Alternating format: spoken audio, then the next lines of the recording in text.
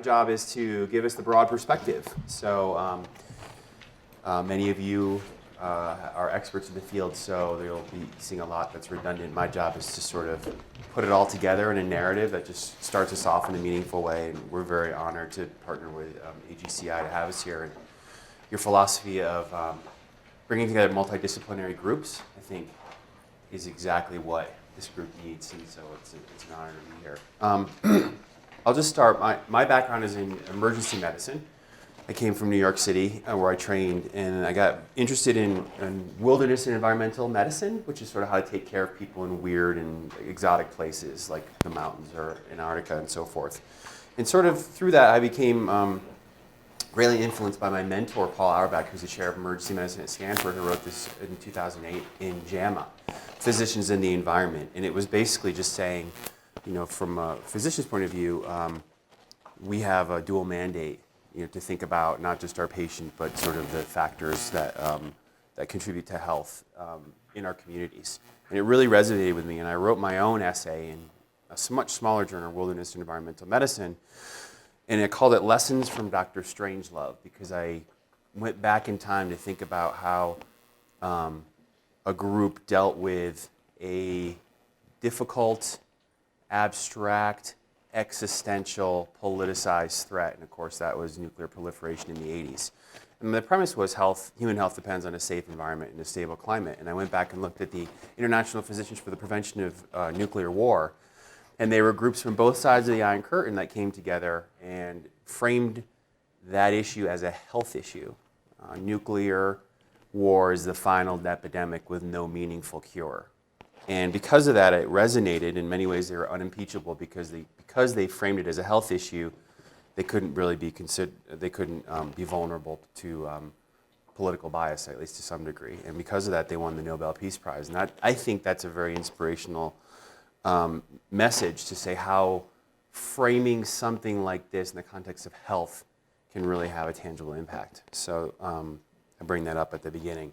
So let's just review kind of where we are, take stock in sort of the climate and health regime. And I'm going to bring up some slides from the Intergovernmental Panel on Climate Change.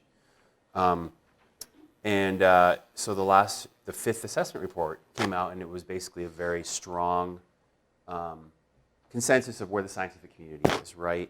Observational evidence for human-caused warming is overwhelming, compelling, and irrefutable. So that's good. The scientists sort of weighed in unambiguously. Lancet came out with a commission on climate and health.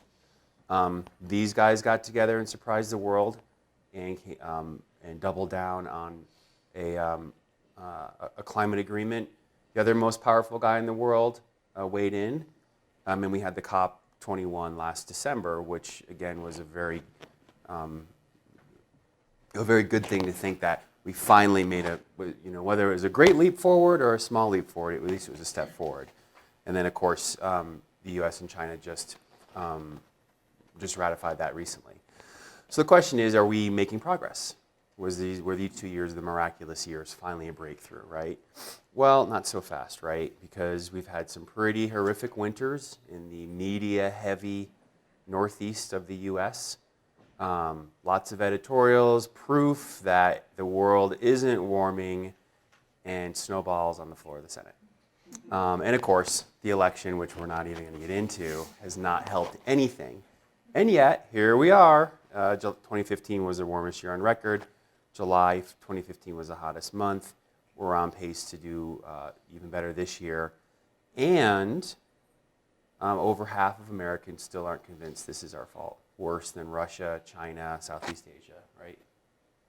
So we have our work cut out for us. So this is where I'm going to go a little faster because you guys are savvy on this. If you want to tune out, it's probably okay at this point because we're going to just look at me. This is it, right? This is all you need to know. Now we can debate this or this, but those are the trends. And then again, I'm just sort of giving a synopsis as to where we are. Well, there's a 95 to 100% confidence that human activity is the principal cause of climate change since the Industrial Revolution. Atmospheric CO2 hit 400 parts per million a couple years ago. This is the slide I like to show to climate denialists. This goes back 400 million years. I think the data, and many of you know this much better than I do, I think we're now going back 1.2 million years, I think, with the ice cores. And you can see you don't need to know anything about science to know that this is crazy and off the charts, right? And I just put this slide here because some of the science is really cool. By the way, our next field trip should be here. I've never been there, but I'm really excited to go. And like most things in Denver, you can find it on Colfax. So that's where all the ice cores are, right? So that's how we do it. And you all familiar with this? We check the atmospheric samplings trapped in ice and can literally sample the atmosphere from eons ago. The IPCC has defined the upper limit for carbon dioxide emissions, 3.6 degrees Fahrenheit. We've already spent half our budget. And here's where we kind of go a little bit faster to make up some time. The world is getting hotter. It can be less hotter and more really hotter, right? The RCP's representative concentration pathways, and those are the best data to sort of fit in the standard deviations, if you will, of the data. And again, many of you I'm sure know this much better than I do. We're seeing record low sea ice extent. There's a albedo refractive effect where if we replace the white snow with dark tundra, dark ocean, it absorbs more heat. So there's a sense of a double whammy effect. And of course, as things heat up and the ice caps in Greenland and Antarctica melt, we're seeing a global mean sea level rise. The ocean warming will penetrate from the surface to the deep ocean currents and affect ocean circulation. So there's a lot of data. This is very difficult science, as you know, and so there's a lot of work being done here. But global glacier volume is clearly decreasing. And as the ocean heat content goes up, so does the sequestration of carbon dioxide. You know, of course, most of it is actually in the ocean, not in the atmosphere, and that does a lot to the carbon balance and pH. And so this is thought to be a big contributor to the demise of biodiversity in the in the biodiverse areas of reefs and very sensitive ecosystems, and of course part of the multifactorial collapse of the fisheries, which has big impacts for food security and health. Here's the hedge, right? So changes in the global water cycle will not be uniform. Dry places might be drier, wet places might be wetter. You'll see crazy variations, right? And so this is our challenge, the challenge of science communication. How do we communicate this effectively? And many people have talked about that global warming was actually not the way to go. It should have been global energizing. And that the way I describe this is that you have a complex system. And when you add energy to it, it's not a lump of clay. You don't have a warmer lump of clay. You have unpredictability in a very complex system. Breaking it down even further, I took one of the most complex systems that I know, my 3-year-old, and I did a little experiment at home. What would happen if we dumped raw energy into a very complex system? Well, at first we saw an energetic child. Well, that makes sense. And then we saw supraphysiologic energetic child. Then something interesting happened, paradoxical somnolence, not what you'd expect with a bunch of energy, very erratic behavior, well beyond 2 standard deviations from the norm. Okay, so let's move into the health effects. And again, I'm quoting the 5th assessment report. The National Climate Assessment, also one of those, I know many of you are authors of big body of knowledge on this. The IPCC says until mid-century, exacerbations of pre-existing health problems will be the story. And then as we move into the 21st century, primary causality will happen from climate change. The way I also explain this is that bell curve of predictable weather is in many ways flattening. We're seeing very unpredictable things well beyond historical extremes. Now we look at the 2003 heat wave in Northern Europe. Excuse me. I think it's a mistake to sit in front of people and say, this is what climate change caused this, right? I think the better way to say it is we're going to be seeing a lot more of these extreme events for populations that have historically been woefully unprepared. And we know that, right? No one in Paris knew, like in other places, like in Atlanta, for instance, to go up and check on your 5th floor walk-up neighbors, the little old lady up there without air conditioning, right? No one, the system the shelters didn't know that they need to open and air conditioning and things like that. They were just caught entirely off guard. And of course, 30,000 people perished. A great study out of the Harvard School of Public Health says that heat is a stressor. So you take heat and you stress people with physiologic vulnerability. Vulnerability, another key word that we all are going to have to walk away from this with. It's the most vulnerable who will be pummeled. And we see here, there's a very good study to say those with pre-existing disease are at worsening, or have worsening outcomes. 10 minutes? I'm going fast. Okay. And so I think that's got to be part of this too. The ICD-10 codes for these people in the hospital, was it heat stroke related to climate change? No. It was CHF exacerbation, diabetic complication, right? So that's the data that's difficult to extract. We see this in cities, the urban heat island effect, where those poor parts, remember this is a great study out of Phoenix, so it's already hot.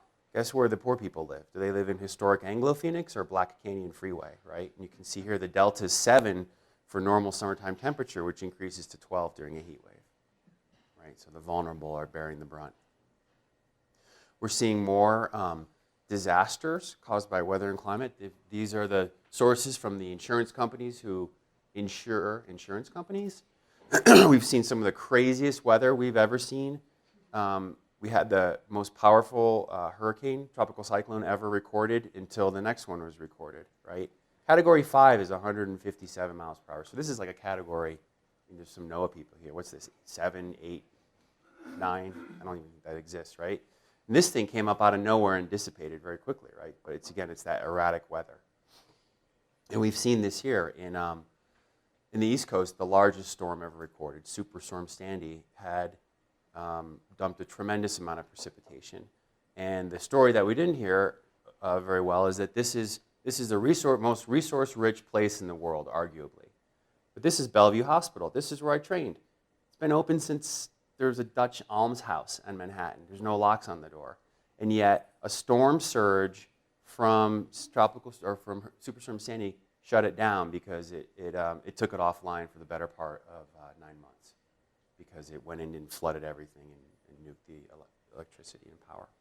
So again, the vulnerable, most susceptible, the most resource-rich place on the planet. Heavy precipitation events are also coming down the pike.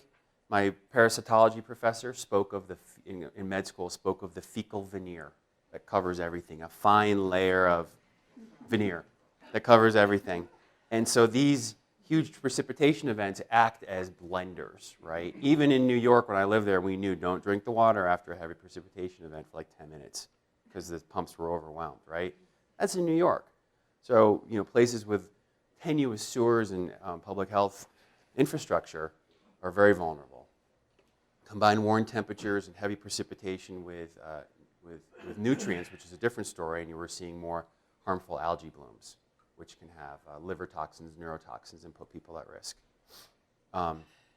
Dry places are becoming drier, lots of wildfires, some of the worst we've ever seen. And perhaps one of the most intuitive things is that we're seeing now the increase of vector-borne disease in altitude as well as latitude. Just the past few years, we've seen a surge of malaria in Madagascar. They increased the range in the East African highlands of mosquitoes. Researchers were shocked to see avian malaria in Alaskan birds. We've seen malaria in Southern Europe and dengue for the first time in Portugal in over 100 years. And of course, Zika, which is multifactorial, but of course, when mosquitoes are very climate sensitive, have nice climates to move into, we're going to be seeing more and more of this. Who's this guy? He's our nemesis, right? This is the guy that we don't want to be seeing very much of. He's a Greenlandic farmer. And they're growing all sorts of awesome stuff in Greenland that they've never been able to grow before. But it's not an even swap, right? So the gains that we'll see in the northern latitudes in agriculture will not make up for the loss in the tropical regions, okay? And you can see where do the most vulnerable people live? And that's the red and yellows and oranges, right? So the hit to food security worldwide is going to be big. How adaptable are we? Are the species of the planet? Well, if you can fly or run, you might be able to get to a cooler place, but most of us can't, or most species can't. When we think of humans, how adaptable are we? Well, Not very, as it turns out, right? This is a perfect example of an urban flood in the most resource-rich place on the planet, and we saw what happened. Now you can say, well, yes, this was a bad disaster. It was multifactorial. It was poor governance. Okay. FEMA finally stepped in. These people got help. True. But where did they end up? They ended up here, right? This is a forced migration. These are climate refugees, right? People that grew up in neighborhoods with connections and social bonds and healthcare. Yep. These are the people that had a tremendous stress to health and wellness. We'll be seeing a lot more of this, right? We in wilderness medicine always like to climb the highest places in a specific geographic area. So if you want to get some peaks, as we say, go to the Maldives, because you can basically step up on this table, and that's the highest point in the Maldives, right? So they're at huge risk for being underwater, and we're seeing that now already. The one thing that's also very important is that idea of threat multiplier. We don't have to have the burden that climate change causes A. We just have to say that climate change is going to make bad things worse. I think it's a very important messaging. We're going to be seeing more of that. Poverty traps, intergroup violence. It's no coincidence, again, very multifactorial, that the Eastern Mediterranean, and this is NOAA data, is having the worst drought in over 900 years. Here's an elegant quote from our friend Kirk Smith. So, where are we now? Well, we're coming online. We're making progress, but here's the work that needs to be done. This is a great graphic from the New York Times. Here's business as usual. Increase in the mean temperatures by 2100 by 8 degrees. The pledges take us to 6.3 degrees, but that's the goal, is 3.6 degrees, right? And the pledges run out at 2030. That's okay, we got time to fix that. But here's the delta. That's our work. Okay, that's our for the climate aficionados, climate and health aficionados. This is where we need to pay attention to. So solutions. Well, we're already there, and we're here, I think we're onto something. Rebranding this as a public health issue, changing that picture to this picture, using the Marcus Welby effect, that proverbial white coat, to say when we come from an angle of health, people tend to listen a bit more than if we're talking about save the whales or love Mother Earth, or just wonking about parts per million of carbon dioxide, which most people don't even understand, right? Change the narrative, talk about our parents' risk of chronic lung disease, our kids' risk of asthma. Changing our collective risk assessment, and be authoritative on energy choices, the importance of clean air, the importance of loss of biodiversity, droughts and access to water, and extreme weather events. So, in conclusion, it's great to be here. This is what we need to do this week. And I want to just sort of ask us now, we can't just sit here, and not that we will, it's going to be the guy being the taskmaster. We can't sit around and be listening to each other. We need to be talking about what are our goals, how do we organize, what's our messaging, what do we hope to achieve. Our challenge is formidable, right? Because the Earth is going to do fine. It's been a lot hotter, and it was full of life and biodiversity. But New York City hasn't, okay? Right? And the primates that created agriculture and aquaculture are very vulnerable. So in conclusion, I just want to take us to the Chauvet Cave in the south of France. And there we see these awesome pictures of horses, cattle, mammoth, cave lions. And then we see this. And as if reaching through millennia, it's an eternal high five from our ancestors speaking to us. We are here. We're going to do great things, right? And we have. We've put people on the moon. We've made incredible strides in health and wellness across the world. Our basic science is we're blowing each other's minds every day with the work that we're doing. We've gotten rid of scourges and epidemics, and we've made huge strides in wellness and health and human rights. So the question we have, not to this group, but for all of us, is how will we be remembered? Will we be the generation cursed with the moniker of the era of the great procrastination? Or will we educate each other, change our patterns and reach out to our progeny with a like-minded purpose. And maybe if we get this right, they too will look at us with awe and wonder of a people who best embodied the attributes of the human spirit. So, thank you, and looking forward to a great week.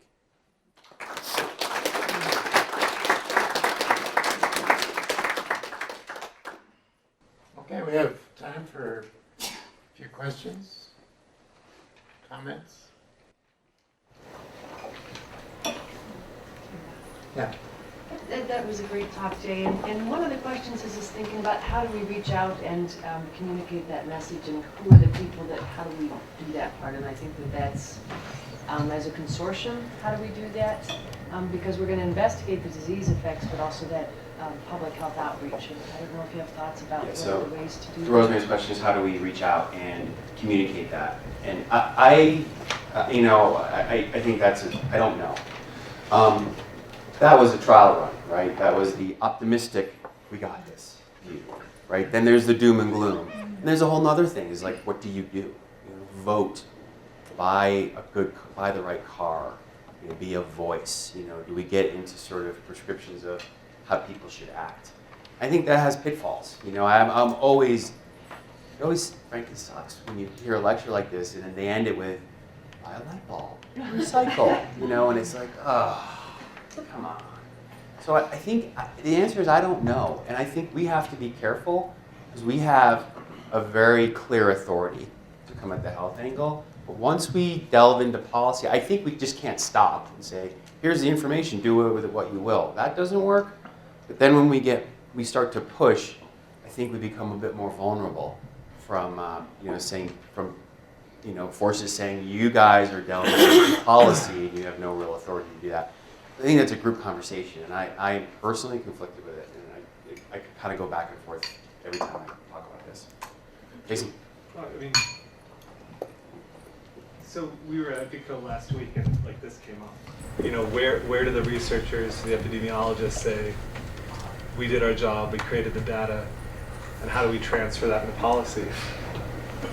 And basically, one of the conclusions for this issue of CKD that we're working on, which is just a microcosm, probably related to global warming, is you create something like what we're doing and let us take the punches, but work with you and have a scientific advisory board that if someone questions our use of science, the scientific advisory board says, no. We're really respected researchers from London School of Hygiene, from Harvard, et cetera, and we have that board, right?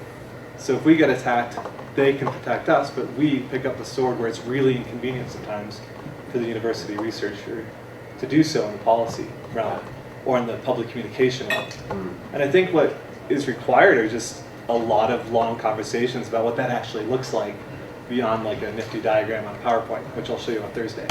But I think that's kind of the conversation, is what is our role, who picks up the sword, and how do we have each other's back? Because I will be the doom and gloom guy this week because I've been on the front lines of some pretty nasty smear campaigns and corporate malfeasance doing what we do. But I think there's a way to circumvent it. And I think it's by just doing great work and having a very clear ask and building your work around that ask. Kind of deciding what do we want to achieve and then regressing through our models of research to get there. And then letting someone else take the punch. We have time for one more Hey, question. Rick. Yeah. So it was a fantastic lecture. What a great way to start out. I like the idea of rebranding this to be a health issue and also to focus on education as a main way to reach out. But I think that the biggest thing we can do is our goal should be to try to get the public support, to the recognition. And whether the approach to that could be anything from getting famous actors or musicians or whatever to support the movement. We need a Gandhi-like character who can bring it to the public. Because the trouble with just education is you have all these groups that are trying to suppress the education. They're suppressing the message. So we need to figure out how to get it to the public. I think that's the key, and then the public will get it to the government. Okay, we're gonna